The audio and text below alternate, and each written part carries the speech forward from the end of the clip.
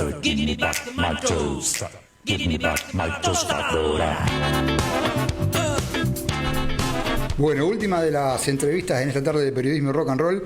Estamos molestando en esta tarde a un dirigente político, digo, de vastísima trascendencia, experiencia, un referente del radicalismo, que fue ministro del Interior, que fue diputado nacional, conocido hombre de la política y con mucha experiencia. Está de aquel lado del teléfono. Le agradecemos el rato en la tarde a Federico Storani. Freddy, gracias por el rato. ¿Cómo va? ¿Qué tal? Buenas tardes, un gusto estar en contacto con ustedes. Bueno, ¿conocés Punta Indio? Sí, he estado, sí. Ok. Te pregunto, a partir de tu experiencia de tantos años en la política, digo, ¿qué es lo que estás viendo hoy en este tiempo del país? Bueno, estoy viendo una situación que lamentablemente debo decir es deplorable, es mucho más que pésima, porque se da en todos los aspectos de la vida del país.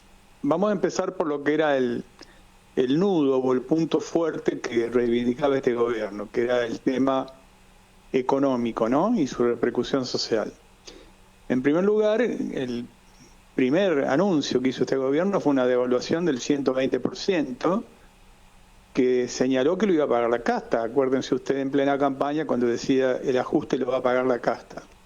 Bueno, no lo pagó ninguna casta, lo pagaron los sectores de ingresos fijos, asalariados, y muy particularmente los jubilados. Lo pagó también el de financiamiento completo, como puede observarse ya con mucha más claridad, de las universidades nacionales y de la educación en general. Lo pagó la ciencia y la técnica, y lo pagó el abandono absoluto y total de la obra pública. Cualquiera que sale una ruta nacional sabe que sale a una trampa mortal por la falta de mantenimiento y la carencia de obras, que luego va a ser muchísimo más difícil de recuperar.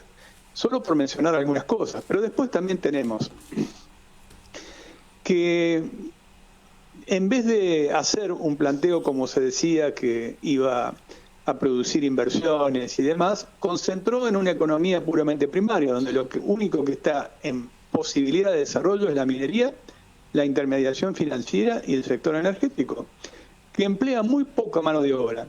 Tiene el récord este gobierno de haber producido el cierre de más de 24.000 empresas. Para que ustedes tengan una idea, la dictadura militar en sus 7 años liquidó 20.000 empresas con el plan de Martínez de Oz. En 2 años y pico que lleva, ya lleva 24.000 empresas.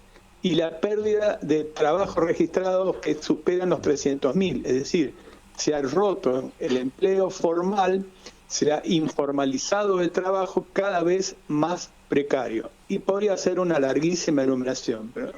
Pero además, desde el punto de vista institucional, tampoco respetan ni la ley ni la Constitución.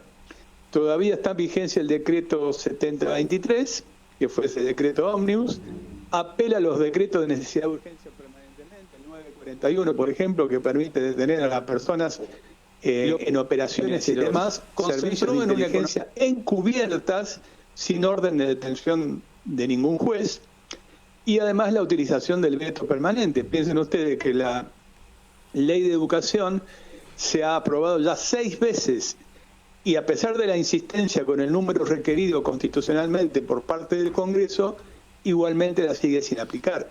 Entonces tampoco respeta la ley. Creo que el gobierno es un gobierno extremadamente malo, que va del Estado de Derecho al Estado de excepción, que no respeta la ley ni la Constitución, y que obviamente el ajuste no lo pagó ninguna casta, sino preguntémosle a Adorni, sino que lo pagaron los sectores más vulnerables, entre ellos los jubilados, los discapacitados, los asalariados, la educación pública, la salud, la ciencia y la técnica. Ok, clarito el análisis. Ahora, la pregunta también tendría que ver esto, digo, porque para que el gobierno de Milei haya llegado también un poco a esto, claro que tuvo determinación para llevar adelante esto, pero también digo, partidos como o partes del partido como el que vos militaste hace tanto tiempo, el Partido Radical, digo, hicieron posible que muchas de estas leyes, vos hablabas recién, por ejemplo, de la minería, se aprobaran en las cámaras. Digo, ¿qué le pasa a un partido como el Radical digo, que se olvidó tanto de sus principios radicales. Yo no soy radical, pero vos podrás asegurar o no si se olvidó o no de sus principios. No, absolutamente, no solamente te lo digo a vos por una cuestión de que me pueda convenir en este momento, al contrario, lo digo públicamente. Yo creo que tenemos lamentablemente constituido lo que yo llamo PAC. El PAC es el Partido Autoritario Conservador, que obviamente en este momento y de manera circunstancial está liderado por Milei y las corporaciones que lo sostienen, porque este es un gobierno de las corporaciones, no es un gobierno de Milei. Pero muy lamentablemente, además de que se chupó por completo, porque generalmente es una tendencia mundial, que las derechas más extremas, más conservadoras, tienden a chuparse a las derechas más moderadas y más republicanas. Por ejemplo, La Libertad Avanza se chupó completamente, se absorbió, se lo comió al PRO. Hoy el PRO no existe más, es un cuento de que existen. Todos sus dirigentes, Ritondo, Santilli, Montenegro, Bullrich y compañía, ya están dentro del gobierno o dentro de La Libertad Avanza. Pero muy lamentablemente no son los únicos. También un pedazo del radicalismo y un pedazo del peronismo. Tenemos gobernadores que son muy, pero muy afín a lo que hace el gobierno y que le votan todo, como el caso de Cornejo, radical. Pero también tenemos gobernadores peronistas con el mismo sesgo. Jaldo en Tucumán, o Jalil en Catamarca, o Pascual, Eduardo Pasalacqua, mejor dicho, en Misiones. Quiere decir que la verdad que hoy el bloque de poder que se conforma con este programa tan antipopular es muy amplio, muy, diría yo, transversal, y el gran desafío es que las fuerzas de origen popular, no individualmente consideradas, sino las de origen popular, tengan la suficiente grandeza de encontrar denominadores comunes y presentar una alternativa. Porque otro gobierno más de estas características no es que no lo resistimos nosotros, no lo resiste el país, se va a desintegrar el país. Uno podría, digo, entender esta posición en el PRO, digo, uno no esperaría nada ni hubiera esperado nada más que esto del PRO, digo, pero sí, digo, asombró lo del radicalismo.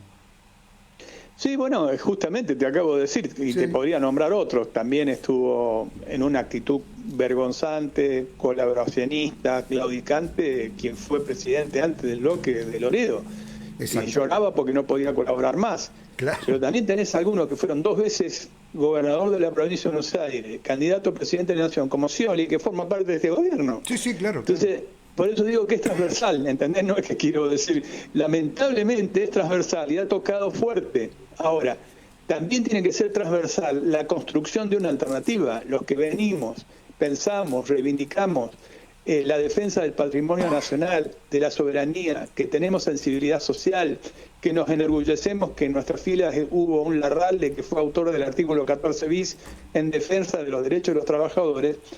Tenemos que juntarnos con nosotros que piensan muy parecidos a nosotros, aunque tienen otro partido político, y nadie pierde su individualidad ni su identidad. Simplemente es una convergencia con un programa que sea capaz de sacar al país con una alternativa que genere esperanza. Y además hay ejemplos históricos, porque cuando a mí me dicen, no, todo pasado fue malo, me digo, mentira. La salida de la crisis de 2001 tuvo 2 grandes actores. Alfonsín, por un lado, que es nuestro líder, pero también estuvo Duhalde, que cumplió un gran papel, porque no solamente salvaron la institucionalidad cuando las instituciones se iban al diablo, sino que formaron un gobierno de coalición. El radicalismo en ese gobierno tuvo 2 ministros, Jaunarena en defensa y Banossi en justicia. Pero no solamente eso, sino que fue muy eficiente en materia económica.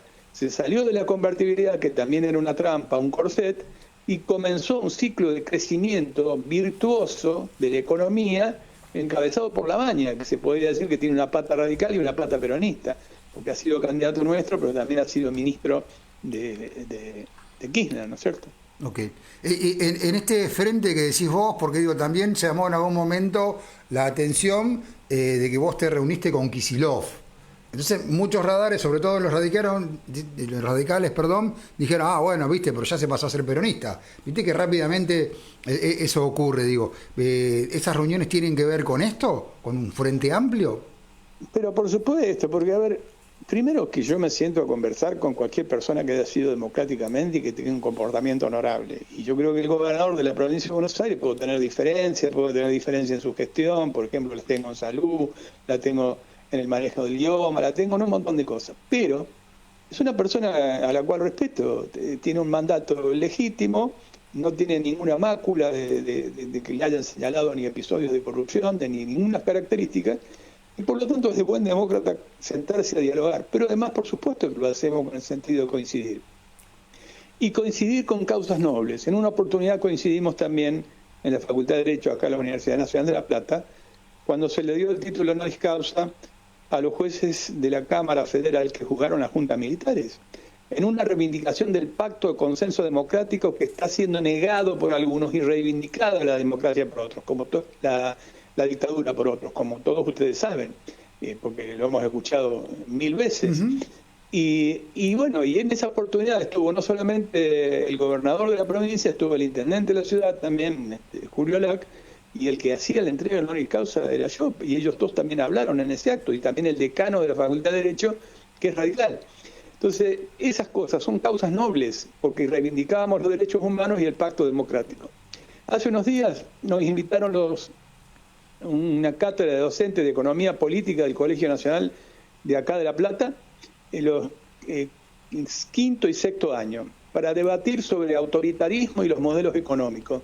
Hubo una investigadora de apellido Basualdo del CONICET, estuvo Kicillof y estuve yo. Y también hubo un debate posterior con los alumnos de 2 horas. Y yo digo, ¿eso está bien o está mal? Está perfecto, porque podemos manifestar nuestras ideas, encontrar una cantidad de coincidencias y luego, si eso se traduce en una convergencia que no hace perder identidad a nadie, yo no voy a dejar de ser radical, él tampoco va a dejar de ser lo que es. Simplemente podemos establecer puntos en común para poder hacer una alternativa que genere esperanza nuevamente en el pueblo argentino, porque este desafío excede a una fuerza individualmente considerada. Esa convergencia, digo, en el caso tuyo o en el caso de usted, de la gente que está cercana a vos, ¿se hace desde figuras individuales o a partir del radicalismo en forma formal? ¿O de una parte del radicalismo? Bueno, el radicalismo va a tener elecciones ahora también en unos días. Se hace desde una agrupación que está constituida desde diciembre del año pasado, que se llama Radicalismo Auténtico, que tuvo presencia de todas las provincias del país el 7 de diciembre pasado en Capital, pero que ahora hemos ratificado el 11 de abril pasado haberla constituido con la presencia de las 8 secciones electorales en la provincia de Buenos Aires. Nosotros estamos dentro del radicalismo y por supuesto que tenemos una participación, pero claramente lo que queremos tener, y por eso nos llamamos radicalismo auténtico, es recuperar la esencia de esos valores radicales que vos citabas anteriormente. La sensibilidad social, la defensa de la soberanía, del patrimonio nacional. Nos avergüenza el alineamiento de sometimiento incondicional que hace con la primera potencia del mundo y con Donald Trump, el presidente de la nación. Ok. ¿Ustedes van a participar de estas elecciones con listas con listas de tu espacio o no? Sí, no? Vamos a participar. En muchos lados va a haber listas de unidad y en otros lados nosotros apuntamos a tener la mayor cantidad de convencionales provinciales posible. ¿Por qué? Por una razón muy sencilla. Porque ese órgano es el que tiene que decidir las políticas de alianza. Y nosotros tenemos una línea roja inalterable. Ningún tipo de alianza con los sectores conservadores autoritarios. Es decir, ninguna alianza, ni con los libertarios, ni con el PRO. Ok, bueno. Federico, yo te agradezco el rato de la tarde. Si querés agregarnos algo más, en el momento quiero charlar un rato con vos, conocer en qué andás, digo. Habíamos visto también tu aparición en otros medios. Hay gente de aquí que te conoce, que recordaba también tu venida aquí al distrito en algún momento. Sí, por supuesto que un abrazo a los muchos amigos y amigas que tengo en el distrito de toda la vida, de muchos años. ¿Y en qué ando? Mira, acabo de llegar, te había dicho que sí a esta hora para la entrevista, porque vengo a dar clase en la facultad. Tuve 3 horas seguidas, de las 5 de la tarde hasta esta hora, hasta las 8, dando un posgrado, una maestría. Y bueno, en eso ando y además en la militancia política, porque permanentemente recorro la provincia y el país. Ok, viste que hay justamente algunos radicales que charlaba ayer. Nos encontramos en un almuerzo. Y por ahí, una cosa que noto es, digamos, esta cuestión de que yo te lo preguntaba al principio, digo, no, pero algunos dicen, bueno, el radicalismo no va a volver a ser lo que era. ¿Vos crees que puede volver a ser eso? Mira, yo creo que en el pueblo argentino subyace está una cultura de origen radical, porque ha sido un movimiento político grande, en su momento mayoritario, con fuertes raíces, con valores, con creencias, con ideas. La cuestión es despertarlo, darle alternativas creíbles, porque yo puedo entender que un radical esté totalmente desilusionado. Si un día votan en favor del financiamiento de la ley y otro día votan el veto del presidente en contra de la propia ley que ellos habían sido autores, ¿cómo pueden creer? Mucha gente no puede creer esas cosas. O tenemos Larralde, autor del 14 bis, y sin embargo votan la ley de precarización laboral. No se puede creer, entonces se entiende esa desilusión. Lo que hay que volver es encender la llamita y decir, bueno, estamos los radicales auténticos, los que no nos hemos vendido. Bueno, Freddy Storani, te agradezco mucho el rato en la tarde, la gentileza y la amabilidad que tuviste desde el primer momento para poder conversar con nosotros. Bueno, por este lado estamos, lo que haga falta, acá andaremos. Bueno, y conozco Punta Indio, pero con todo gusto iría de nuevo, así que...